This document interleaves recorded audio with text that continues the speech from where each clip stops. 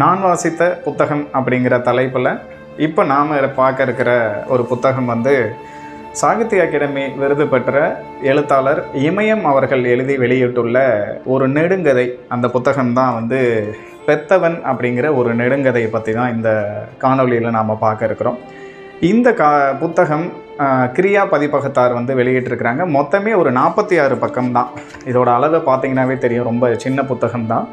ஆனால் இந்த புத்தகம் நிறைய சாதிய கருத்துக்களை, ஒரு கிராமத்து வாழ்வியலை, ஆணவ படுகொலைகளை பற்றி, ஒரு மதம், ஒரு சாதி மாதிரி காதலிப்பவர்களுடைய கதையை அந்த கிராமத்தில் உள்ள அளவிலேயே அவர்களுடைய பேச்சு வழக்கிலேயே இந்த கதை எழுத்தாளர் இமயம் அவர்களால் எழுதப்பட்டிருக்குது.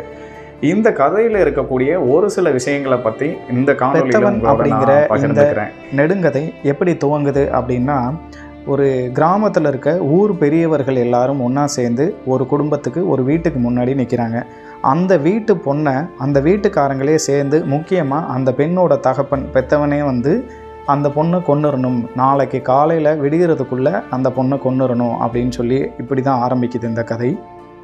அப்படி ஊரே சேர்ந்து அந்த பொண்ணை கொல்கிற அளவுக்கு அந்த பொண்ணு பண்ண தப்பு என்ன அப்படின்னா, ஒரு ஆணவ கொலை தான். நாம் இது வரைக்கும் கேள்விப்பட்டிருக்கக்கூடிய அந்த கதை தான். ஒரு உயர்ந்த சாதி பெண் ஒரு தாழ்ந்த சாதி பையனை வந்து காதலிச்சிட்டா, அதனால் நடக்கக்கூடிய நிகழ்வுகளும், அந்த ஊர்க்காரர்கள் எல்லாரும் ஒன்றா சேர்ந்து அந்த தகப்பனுக்கு கொடுக்குற அழுத்தமும், அந்த தகப்பன் இறுதியாக அந்த பொண்ணை அந்த ஒரு ராத்திரிக்குள்ளே கொன்னாரா இல்லை என்ன பண்ணார் அப்படிங்கிறத பற்றி ஒரு கிராமத்தில் நடக்கக்கூடிய நிகழ்வுகளை வரிசைப்படுத்தி, அந்த பொண்ணு காதலிச்சதுக்காக அந்த ஊர் இளைஞர்கள்லாம் சேர்ந்து அந்த பொண்ணு நடுவில் உட்கார வச்சு ஒரு எல்லாரும் சேர்ந்து ஒரு மிகப்பெரிய ஒரு துயரமான ஒரு காரியம் செய்கிறாங்க. அதையும் அந்த புத்தகத்தில் குறிப்பிடப்பட்டிருக்கு.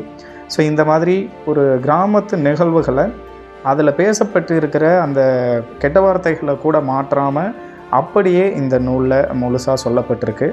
இறுதியாக அந்த பொண்ணை என்ன பண்ணார் அப்படிங்கிற அந்த பெத்தவன் எடுத்த முடிவை பற்றி சொல்கிற கதை தான் இந்த இமயம் அவர்களுடைய பெத்தவன் அப்படிங்கிற நெடுகதை.